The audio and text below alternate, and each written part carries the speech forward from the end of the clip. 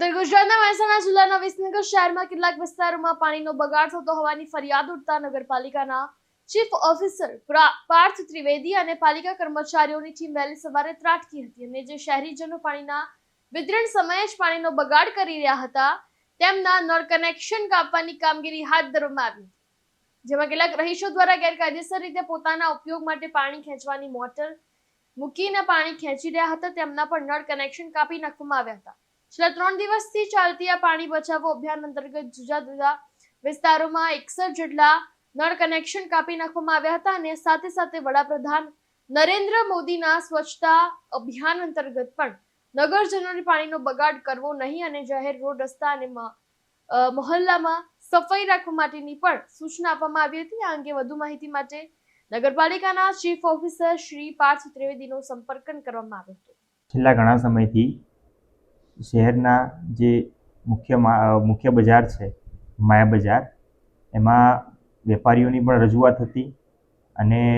વટેમાર્ગોની પણ રજૂઆત હતી કે એ વિસ્તારમાં ઘણા સમયથી લોકો પાણીનો વેડફાટ કરતા હતા અને સવારે જ્યારે પણ પાણીનો વારો હોય છે એ વખતે એ લોકો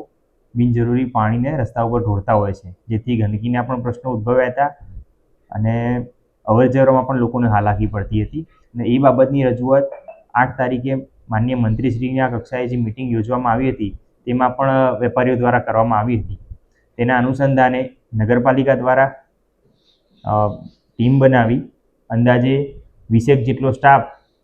સવારના સમયે 5:30થી લઈ અને 7:30 સુધી એ વિસ્તારો જેવા કે માયા બજારમાં ગુંદીખાડ, બાપુનો ચોરો, નાનદાસ પટેલની પોળ,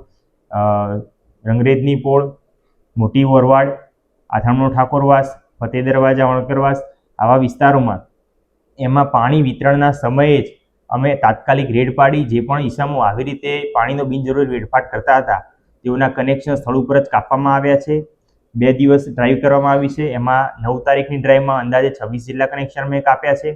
અને જે 11 તારીખની સવારની ડ્રાઈવ છે એમાં ટોટલ 35 જેટલા કનેક્શનો કાપવામાં આવ્યા છે અને આ તમામને ચેતવણી આપવામાં આવી છે કે હવે જો